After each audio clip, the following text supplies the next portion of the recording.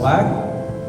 Assalamualaikum warahmatullahi wabarakatuh.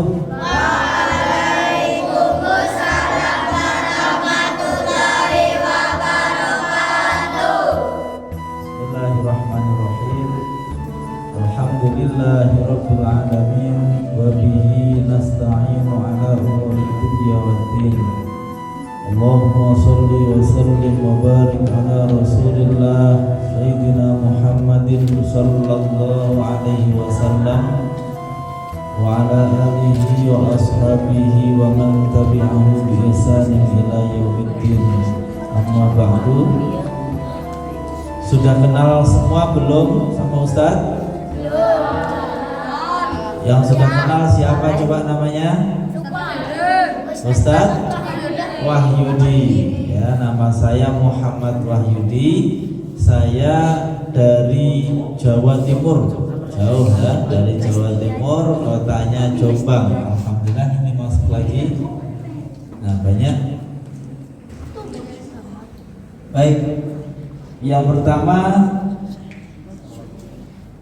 kita akan sampaikan beberapa hal terlebih dahulu. Kita baru ngaji 2 kali ya. Pernah ketemu saya yang perdana, yang kedua dengan Ustadz Junadi, sekarang dengan saya lagi. Ini kemarin kita sudah mendapatkan guru untuk khususnya bahasa Inggris ya, khususnya bahasa Inggris. Jadi di sini nanti selain kajian yang malam Jumat, kita akan ada kursus atau les bahasa Inggris. Siapa yang pengen bisa bahasa Inggris? Nah, yang pengen bisa bahasa Inggris nanti bisa mengikuti kursus bahasa Inggris. Informasi berikutnya nanti akan disampaikan oleh takmir masjid. Kalau untuk bahasa Inggris misalkan dilaksanakan seminggu 2 kali, siap? Siap. Siap ya? Siap. Wih, Putri, coba yang Putri siap? Siap. Berapa orang yang siap?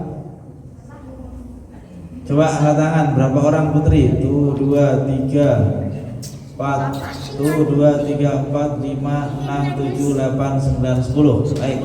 Yang Putra, berapa orang yang siap? Seminggu 2 kali bahasa Inggris. 2, 3, 4, 5, 6, 7. Oke, baik, lumayan. Nah, nanti insya Allah kita akan adakan kursus bahasa Inggris. Untuk waktunya kita sepakati terlebih dahulu. Waktunya kalau misalkan apa? Malam apa? Ada usul malam apa? Malam Sabtu dan malam Minggu. Nah, coba ya. Yang lain ada usulan lain lagi? Malam Sabtu dan malam Minggu, berarti Jumat malam dan Sabtu malam ya. Oke, baik, nanti coba saya sampaikan ke ustadznya. Ada yang lain yang usul? Itu gimana kalau malam Sabtu sama malam Ahad? Yang lain bisa? Bisa ya? Oke, nanti coba saya sampaikan ke ustadznya yang bahasa Inggris. Nanti apakah bisa untuk malam Sabtu dan malam Ahad. Baik, ini tadi kajian kita malam hari ini. Saya lihat semuanya banyak yang bawa Al-Quran. Ya, coba yang sudah bisa Al-Quran angkat tangan. Oh, banyak yang sudah bisa Al-Quran. Yang masih Iqra angkat tangan.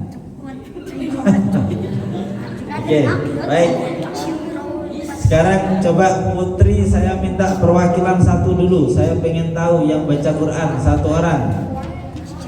Bisa? Bisa satu orang aja, satu orang. Saya pengen tahu. Nanti perlu nggak kita tahsin coba?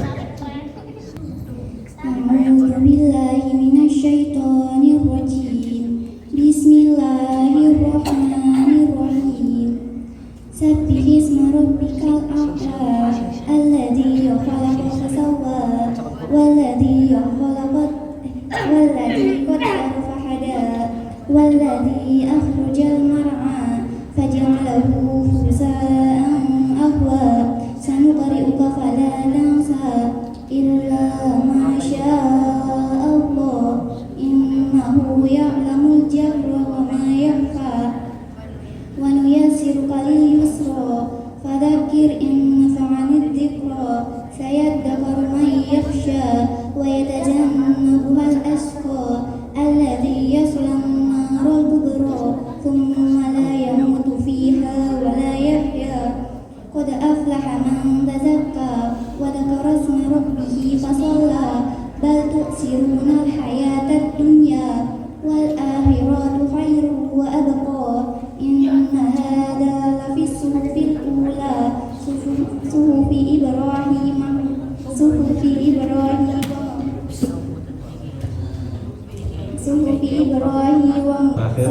إبراهيم وموسى. Ya, sadaqallahul azim.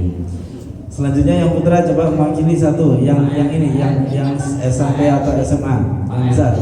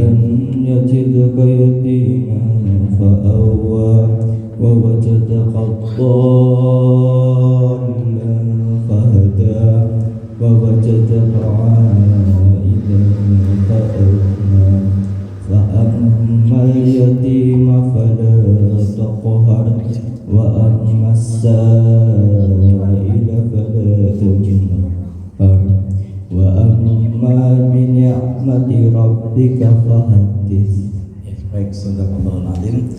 Semuanya lihat Ustaz. Saya akan menanyakan beberapa hal, semuanya menjawab, ya. Ini di sini tadi ada air ini, ya. Ini air apa namanya? Misalkan, ya. Ada orang tidak pernah tahu model seperti ini, terus dia dapat, apa ini? Nah, paling mudah dia untuk cepat tahu ini apa, caranya gimana? Baca apanya? Nah, baca tulisannya di sini. Tulisannya ini yang bikin siapa? Tulisannya yang bikin siapa? Pabrik yang bikin. Jadi cara termudah mengenali ini adalah baca tulisan yang sudah disertakan oleh pabriknya. Saya baca air minum dalam kemasan. Oh, ternyata air Dari sini saya jadi tahu. Terus caranya biar air minum ini awet gimana? Di sini ada tulisan. Petunjuk penyimpanan, simpan di tempat bersih, sejuk, terhindar dari sinar matahari langsung dan benda-benda berbau tajam. Saya jadi tahu cara penyimpanan terbaik untuk ini. Paham? Nah, handphone juga begitu. Kita kalau pengen tahu, sampean pernah beli handphone nggak? Pernah beli handphone? Kalau beli handphone biasanya ada dusnya nggak? Ada petunjuk pemakaian nggak? Ada. Cara menggunakan handphone kalau misalkan kita nggak tahu sama sekali, caranya baca dulu petunjuk penggunaan. Ya. Begitu pula hidup kita sampean dulu terlahir di dunia ini minta dilahirkan apa tiba-tiba lahir? Ayo kita semuanya ini lahir sebelumnya minta dilahirkan apa tiba-tiba lahir? Tiba-tiba lahir, ya kan? Lahir masih kecil, dulu lahir tiba-tiba rambutnya setebal ini apa masih kecil, oek-oek? Masih botak, kecil, bisa berjalan belum? Nggak bisa apa-apa.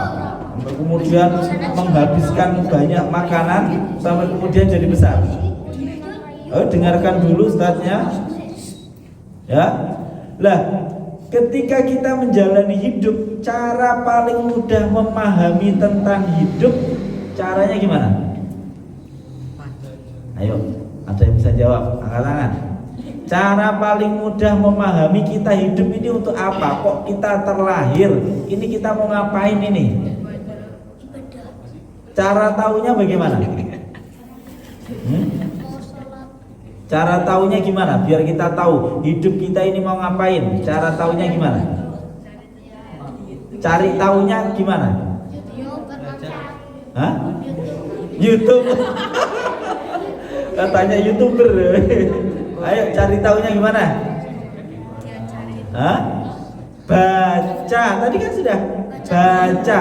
Baca apa? Baca petunjuk penggunaan. Nah, kalau kita hidup berarti baca petunjuk penggunaan hidup. Baca petunjuk hidup. Petunjuk hidup yang bikin siapa? Jangan langsung ke Allah dulu. Yang bikin, yang membuat hidup ini. Paham? Kalau petunjuk tentang penyimpanan ini tadi yang bikin pabrik, yang bikin minuman. Petunjuk penggunaan handphone yang bikin pabrik, yang bikin handphone. Petunjuk hidup berarti yang bikin siapa? Yang orang tua. Orang tua juga nggak tahu gimana caranya hidup. Yang bikin siapa yang bikin hidup ini?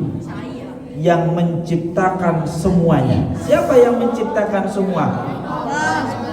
Jelas bukan manusia, karena manusia itu kan sampean dilahirkan siapa? Dilahirkan gimana? Siapa yang melahirkan? Ibunya kan? Ibunya dilahirkan siapa? Ibunya lagi. Dilahirkan siapa? Ibunya lagi. Oh terus, berarti manusia itu sendiri gak mungkin jadi Tuhan. Iya kan? Paham gak maksudnya? Nih saya gambarkan nih. Ini ada orang namanya si A, ya si A, Pak Ijo lah. Dia punya bapak, dilahirkan oleh si bapak B, Pak Budi, ya. Ibunya ini Bu Budi. Ini dilahirkan dari si C dilahirkan lagi. Maka berarti ini namanya terus menerus seperti ini. Berarti ini pasti bukan pencipta dari hidup itu sendiri. Paham? Ini terus berantai, berarti mereka juga tidak tahu tentang hidup itu sendiri. Buktinya apa? Buktinya bahwa manusia itu bukan pencipta hidup sendiri. Buktinya apa? Ada yang bisa jawab? Coba kita mikir. Bukti bahwa manusia itu bukan yang menciptakan hidupnya sendiri. Nah, ada yang tahu? Katakan? Bisa mati. Wah, pintar sekali. Apa? Bisa mati. Kalau manusia yang menciptakan hidup, tentu dia nggak mau mati. Tapi terbukti semua manusia mati. Coba kita lihat di sejarah. Fir'aun mati nggak? Wah, padahal dia mengaku Tuhan, tapi kok ada yang dipertuhan, ya mati ya? Mati loh, mati kok jadi Tuhan, berarti bukan Tuhan. Nah ya, maka yang sah menjadi Tuhan itu yang dia tidak mungkin mengalami mati. Kalau yang bisa mati berarti bukan Tuhan. Paham ya? Loh kalau Tuhan mati loh gimana nanti makhluknya? Siapa yang ngurusi? Paham ya? Nah, maka di sini harus ada satu pihak yang ini dia maha hidup, tidak pernah mati, tidak pernah kekurangan, tidak butuh kepada apapun. Lah yang satu ini yang maha segala-galanya, ini dalam agama kita sebut Allah. Paham? Nah, berarti kalau kita sudah meyakini Allah ini yang menciptakan hidup, cara terbaik kita hidup gimana? Ikut apa kata Allah menyampaikan pesan cara hidup di melalui apa? Al-Quran. Maka cara terbaik untuk hidup kita paham Al-Quran. Mau nggak paham Al-Quran? Pertama paham cara membacanya dulu. Setelah paham cara membacanya, nanti memahami maknanya. Setelah memahami maknanya, terus mengamalkan isinya. Nah, sekarang kita awali, kita mulai belajar membaca Al-Quran dulu. Tadi sudah bisa baca, sekarang saya mau mengawali memperbaiki bacaan kita dulu. Nah, paham ya? Coba baik yang sudah bisa Quran maupun yang masih Iqra, ikuti saya. Huruf di dalam bahasa Arab disebut dengan huruf apa? Hijaiyah. Ada berapa huruf hijaiyah? 29. 29 atau 28? 29. Coba dihitung. 28. Coba dihitung apa saja? Alif. Ba. Terus? Ta. Ayo bareng-bareng sebut. Ikuti jari saya, ikuti jari saya. Semuanya ke depan, ikuti jari saya.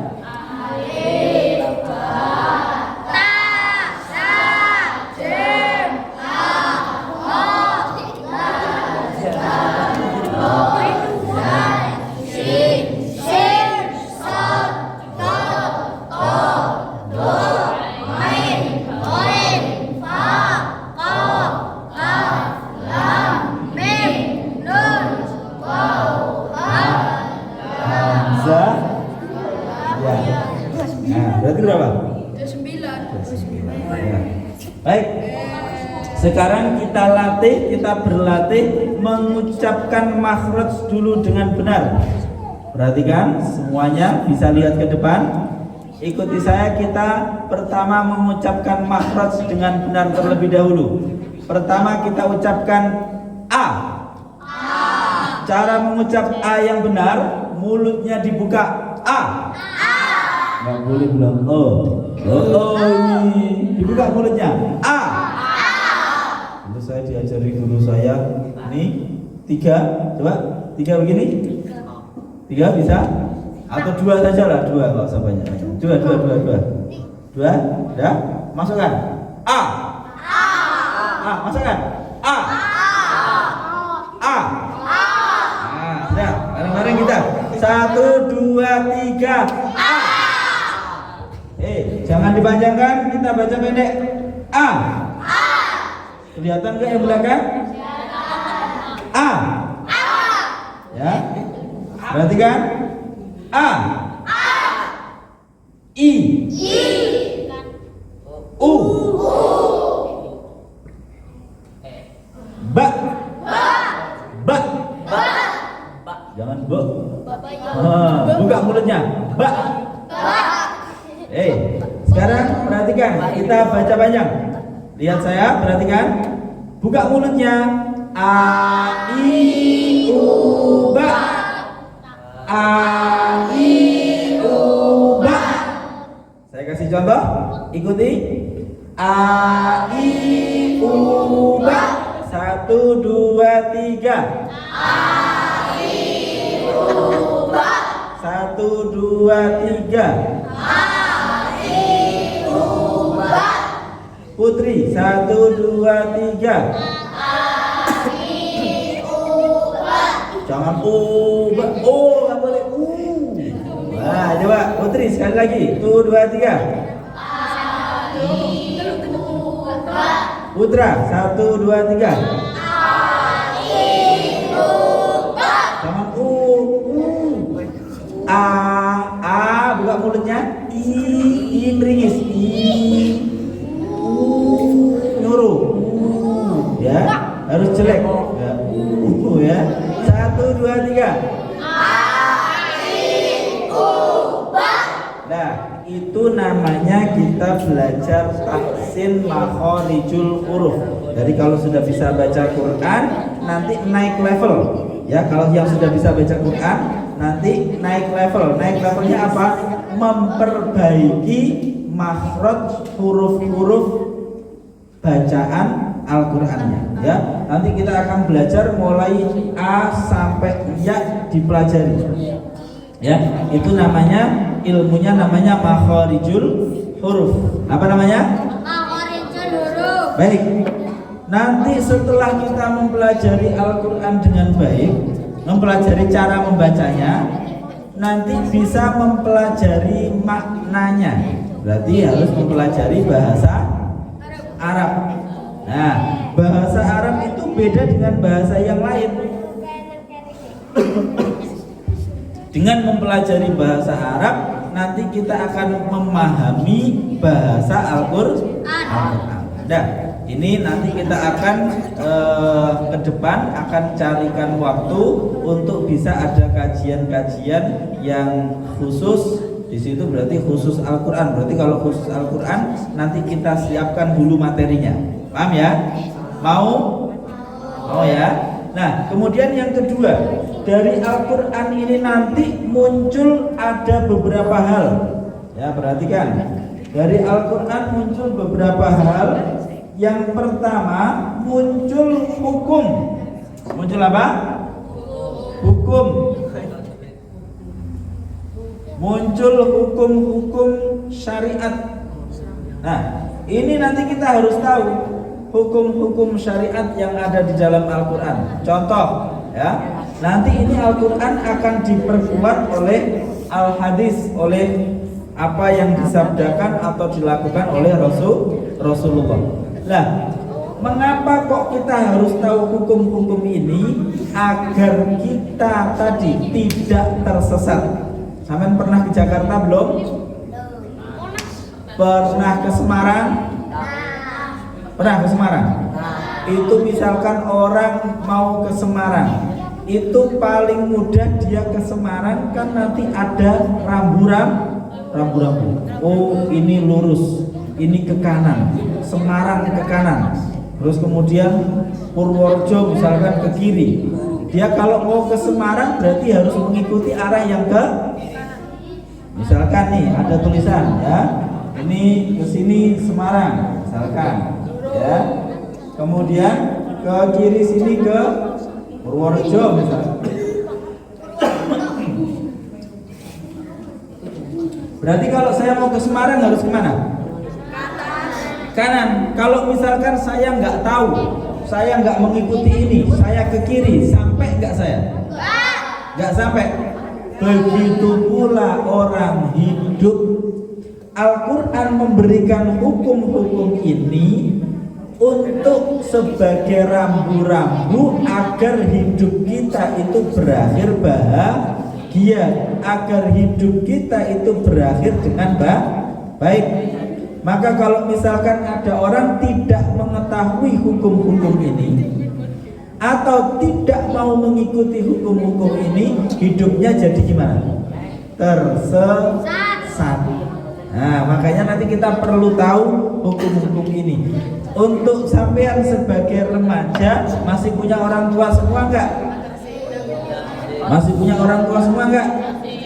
Salah satu hukum Al-Qur'an yang paling utama ya, setelah kalian tidak boleh menyembah selain kepada Allah, yang kedua adalah wabil walidaini ihsana, berbuat baiklah kepada kedua orang tua. Nah, ini sampean pengen sukses ya?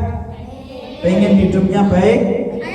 Maka yang harus dilakukan harus berbakti kepada kedua orang tua. Allah menggambarkan bahwasanya ibumu itu telah merawatmu, ya, telah merawatmu dalam kesusah payahan. Ini kok ngobrol sendiri, mau ngaji atau mau ngobrol? Mau ngaji atau mau ngobrol? Mau ngaji dengerin apa ngobrol sendiri? Nah, dengerin ya. Baik, perhatikan. Salah satu hal yang itu terpenting di antara hukum Al-Qur'an, salah satunya adalah tentang berbakti kepada kedua orang tua. Sampai di dalam Al-Qur'an dinyatakan wala taqul lahuma uffin. Kamu ngomong gitu aja sampai itu nggak boleh.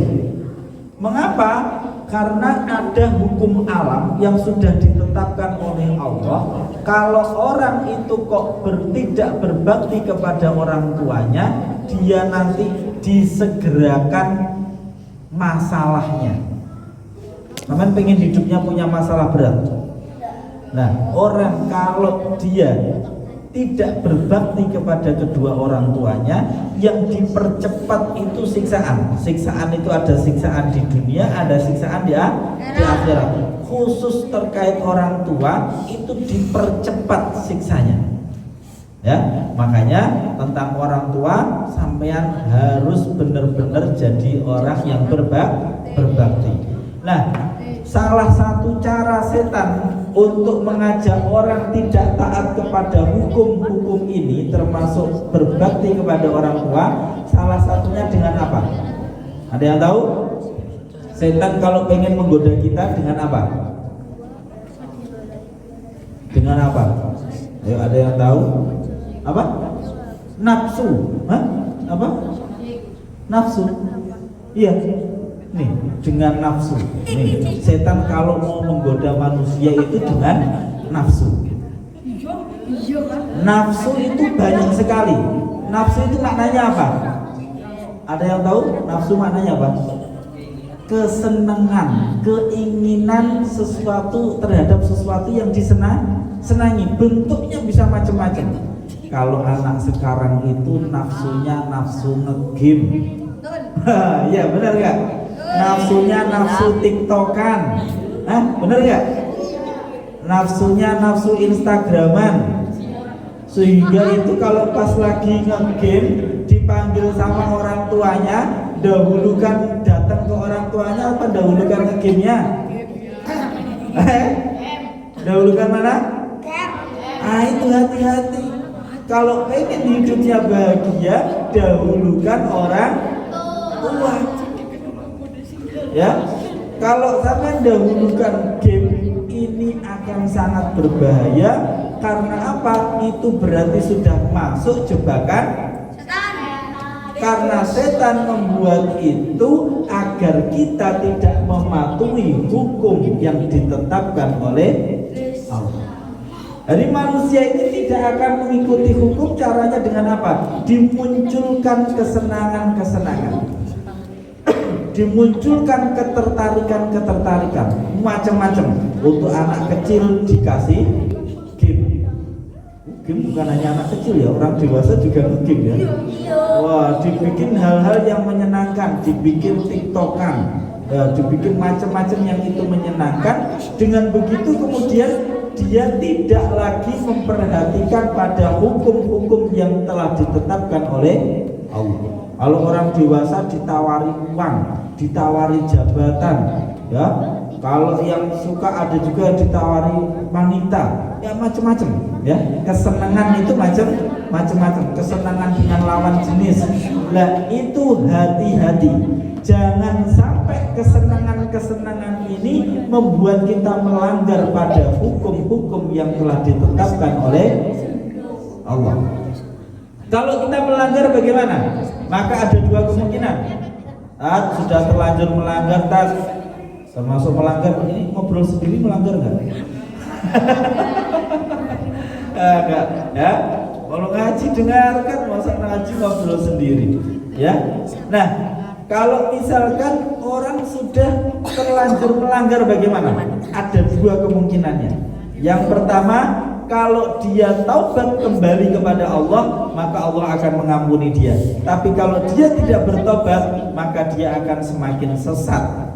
Nah, ini harus kita perhatikan. Kita sebagai remaja muslim harus memperhatikan hukum-hukum Allah. Maka hidup kita ukurannya yang pertama adalah ini. Hukum-hukum Allah ini kita laksanakan atau tidak.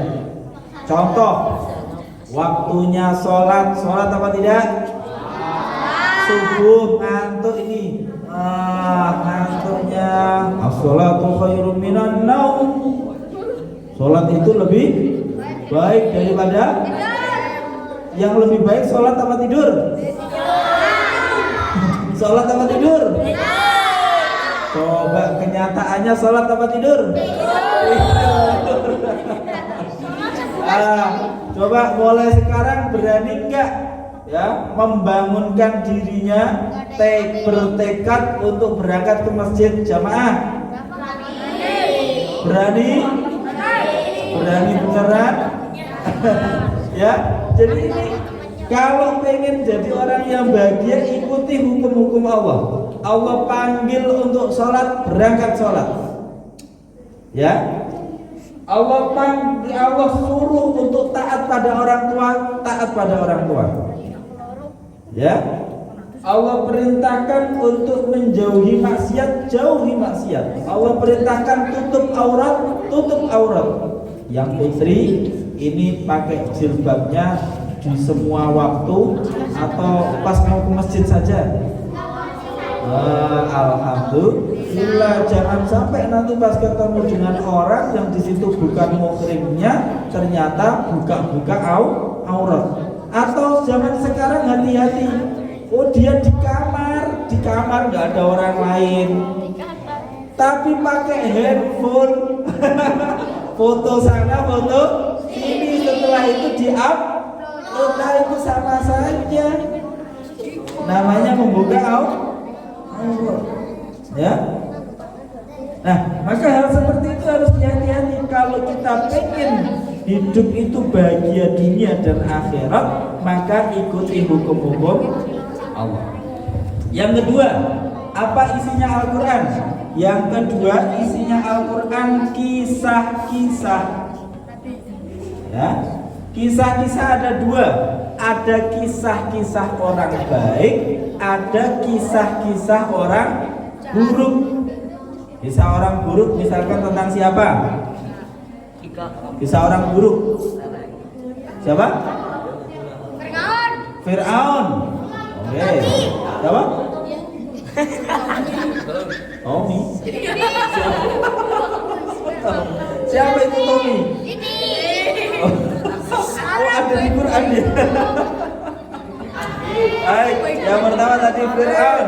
Terus siapa lagi? Siapa? Tambah. Kisah orang-orang buruk siapa lagi? Fir'aun, siapa lagi? Kaum Ad, kaum Samud, kaum Sodom. Perhatikan, ya, hati-hati. Al-Quran sudah membuat. Halo guys.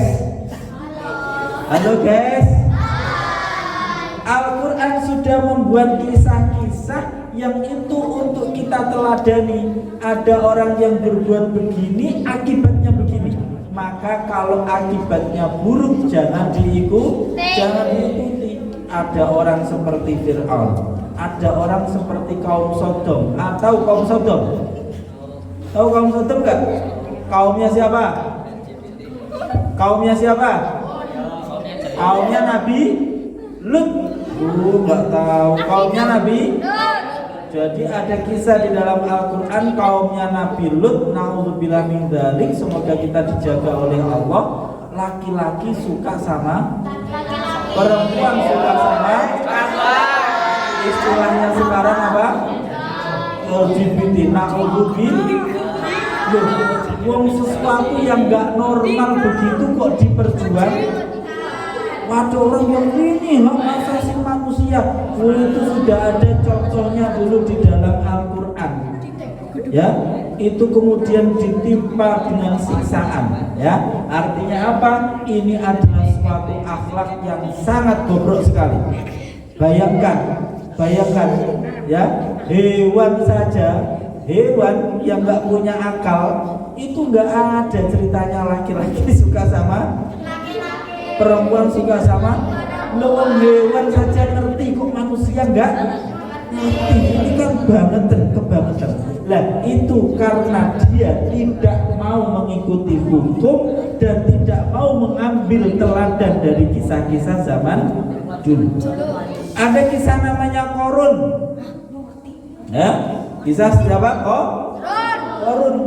Korun ini ya orang yang gila pada harta. Karena gila harta lupa kepada yang tadi, yang menciptakan hidup, kemudian tidak lagi taat kepada Allah. Ya, maka kemudian dia juga mendapatkan akibat dari apa yang dilakukan. Maka inti dari kisah-kisah ini apa? Jangan ikuti orang-orang buruk, teladani orang-orang yang baik. Nah, ukuran buruk dan baik itu apa? Hah? Apa ukuran baik dan buruk tadi ukurannya apa? Ukurannya balik ke poin pertama lagi. Ukurannya hukum-hukum Allah ini.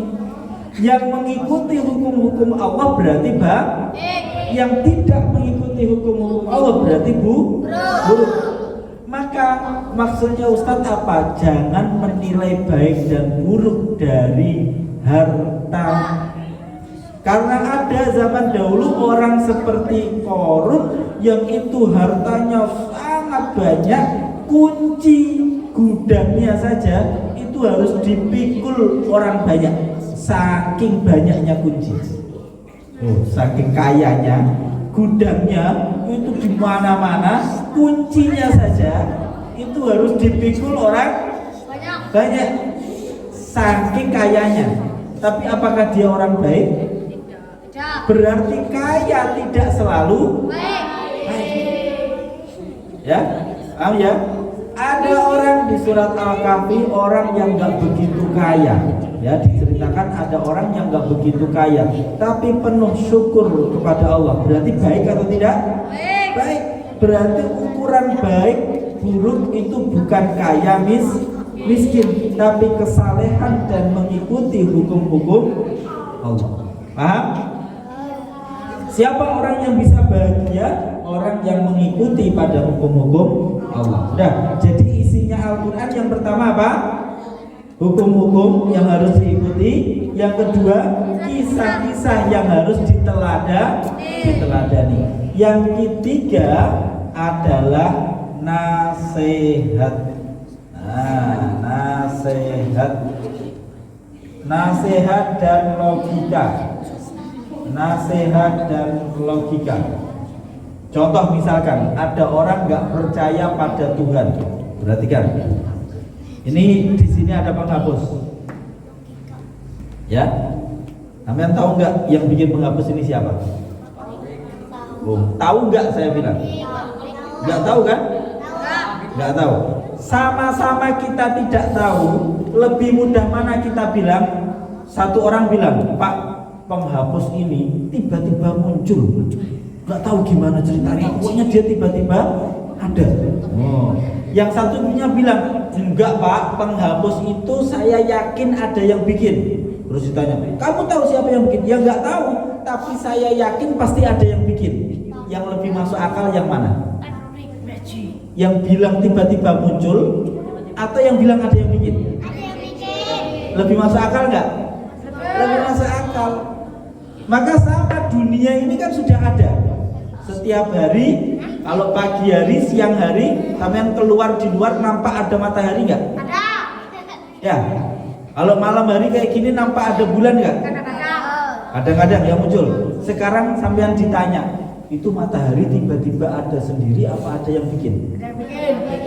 Lebih mudah mana kita katakan, oh enggak, dia begitulah, itu sudah ya alam, begitulah alam, atau kita katakan matahari itu ada yang mencipta? Lebih mudah mana? Sama-sama tidak tahu. Lebih mudah mana? Ada yang bikin atau tiba-tiba ada begitu saja? Lebih mudah kita katakan ada yang bikin. Masa tiba-tiba ada? Loh, lalu yang bikin dia bersinar siapa? Paham kan? Artinya kalau ada orang kok tidak percaya Tuhan, itu sebodoh-bodohnya orang. Belum masa mikir gitu saja kok nggak bisa. Paham ya? Nih coba sekarang, kalian tahu nggak? Ini di bawah ini karpet. Karpet ini ada kehidupan nggak di dalam karpet? Ada apa? Tanah tumah. Ada apa? Tumah. Ada tumah. Emang kamu lihat di situ ada tumah? Di sini ada beribu-ribu mungkin berjuta-juta apa? Bakteri. Tahu nggak secara keilmuan? Nih perhatikan ini sayang ini. Di dalam perut kita, halo guys, di dalam perut kita, ini perut kita bisa mencerna makanan karena di dalam usus ada apa? Cacing. Ada bakteri. Jadi di dalam usus kita, di dalam lambung kita itu ada bakteri-bakteri yang membantu kita mencerna makanan.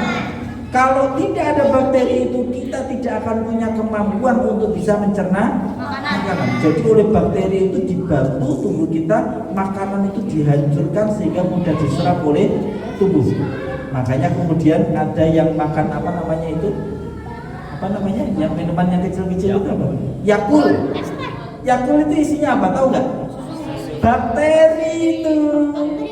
Bakteri baik untuk membantu apa? Proses pencernaan. Sampai merasakan nggak itu di dalam perutnya ada bakteri? Hah? Kita terasa nggak? Wih, siapa ini?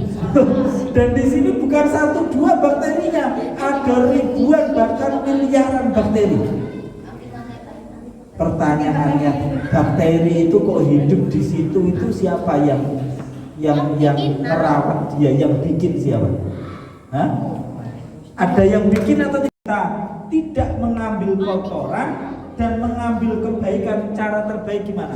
Kita tahu, kita mengenali. Orang yang sudah mengenali kebaikan, gak perlu disuruh, gak perlu dipaksa, dia akan melakukan kebaikan. Orang yang mengenali tentang keburukan, tentang kotoran, tanpa disuruh, tanpa diancam, tanpa dilarang, dia akan meninggalkan kotoran. Sekarang saya tanya, sholat itu kotoran apa kebaikan? Nah, harusnya orang perlu disuruh sholat apa otomatis sholat? Harusnya. Kalau ada orang kok sholatnya tidak otomatis, berarti dia tidak tahu. Maka istilahnya Al-Quran untuk orang-orang yang seperti itu apa? Summun, bukmun, umyun, fahum, la yarjun. Oh dasar orang sudah buta, tuli, bisu. Sudah, dia nggak bisa tahu apa-apa. Gimana? Ada orang coba buta, tuli, bisu. Terus kita ngajak ngomongnya gimana? Ngasih taunya gimana? Sulit ya? Nah, orang yang sudah sulit dikasih tahu, makanya kata Al-Quran, dasar orang sudah buta, tuli, bisu. Yang buta bukan mata ininya, tapi mata hatinya. Ya, yang bisu bukan mulutnya, tapi hati nurani. Yang tuli bukan telinganya, tapi telinga batin. Maka terakhir, tiba-tiba sudah mau jam 9, saya tutup. Ya, perhatikan ke depan kesimpulannya hari ini, bahwa kalau pengen hidupnya baik, hidupnya menuju kebahagiaan, ikuti petunjuk hidup. Apa petunjuk hidup? Al-Quran. Ya, maka nanti kita akan belajar membaca Al-Quran yang baik, tahsin makharijul huruf dan lain sebagainya. Hukum-hukum tadi kurang sedikit lagi bacaannya. Kemudian tidak kalah pentingnya mengetahui makna dan isinya Al-Quran. Apa isinya Al-Quran? Hukum-hukum. Kedua, kisah-kisah. Ketiga, nasihat dan logika. Maka kalau kita mengikuti hukum-hukum Al-Quran, yang diperintahkan kita lakukan, yang dilarang kita jauhi, kemudian kita menteladani kisah-kisah yang ada di dalam Al-Quran, kisah orang-orang yang buruk, berarti kita nggak akan seperti itu. Ada kisah orang-orang baik, kita contoh. Kemudian kita mengikuti nasihat dan logika yang ada di dalam Al-Quran, maka kita melakukan kebaikan itu akan mudah sekali. Istilahnya fasanu yassiruhu lil yusra, akan aku permudah dia untuk melakukan kemudahan. Saya tanya, sholat itu sebenarnya ringan apa berat? Ringan. Coba gerakannya sholat, siapa yang kesulitan? Ada yang kesulitan gerakan sholat? Cuman wow akbar. Mudah nggak? Lebih sulit salto-salto yoga, itu sulit ya. Tapi kalau gerakan sholat siapa yang kesulitan? Nggak ada. Bacaan sholat, tahu nggak bacaan sholat yang wajib apa? Bacaan Quran yang wajib, bacaan sholat yang wajib apa saja? Jangan Al-Fatihah dulu, takbir dulu, Allahu. Yang kedua apa? Al-Fatihah. Yang ketiga, surat pendek nggak wajib. Tasyahud atau tahiyat akhir. Terus kemudian satu lagi apa? Salam. Cuman 4 ini bacaan yang wajib. Yang lainnya itu sunnah semua. Berarti sulit nggak sebenarnya? Tidak. Pertanyaannya kok menjadi berat? Kenapa? Kenapa banyak orang yang sholat? Karena ini dia nggak paham mana kotoran, mana coklat. Dia nggak paham kalau sholat itu seperti adalah sebuah kebaikan yang luar biasa. Makanya dalam satu riwayat Rasulullah menyampaikan seperti ini. Perhatikan, ini antum sampean yang masih ada yang masih sering telat subuhnya. Rasulullah menyampaikan begini. Sholat yang paling berat itu 2, sholat isya dan sholat subuh, khususnya untuk orang-orang munafik. Kalau saja orang-orang munafik itu tahu apa yang ia dapatkan ketika sholat isya dan sholat subuh, dia pasti datang ke masjid untuk melaksanakan sholat itu meskipun dengan merayap. Bayangkan. Tapi wong nggak tahu, namanya tidak tahu. Nah, maka mulai sekarang remaja Masjid Nurul Rahmah sholatnya harus penuh. Siap? Sholatnya berarti berapa waktu? 5 apa 2? 5. Sholat subuhnya telat apa enggak? Oh, telat. Enggak, bukan yang kemarin. Nantinya sholatnya akan telat lagi enggak? Ya, diusahakan kalau sudah dengar azan, sudah dibangunkan, berangkat ya. Ya? Enggak pernah dibangunin. Mau nanti pulang bilang sama orang tuanya, besok kalau subuh tolong dibangunin ya. Ya, mau ya? Baik, agar kita bisa mengenali mana coklat, mana kotoran. Wallahu a'lam bishawab. Terima kasih, kita akhiri ngaji kita pada malam hari ini. Semoga apa yang kita kaji menjadi ilmu yang manfaat.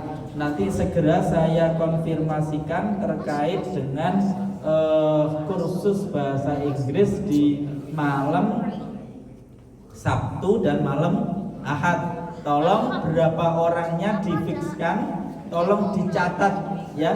Ada koordinator putri, siapa koordinator yang putri? Satu orang ya. Tolong dibantu mencatat siapa nama-nama temennya yang mau ikut bahasa Inggris, bahasa Jawa ya. Bahasa Jawa nanti kapan-kapan. Terus yang putra juga sama, tolong dicatat ya. Siapa yang mau mengikuti kursus bahasa Inggris, nanti saya sampaikan ke ustadznya yang ngajar ada berapa orang yang siap mengikuti. Ya, dicatat nama dan kelasnya, nanti dilaporkan ke Mas Sakti.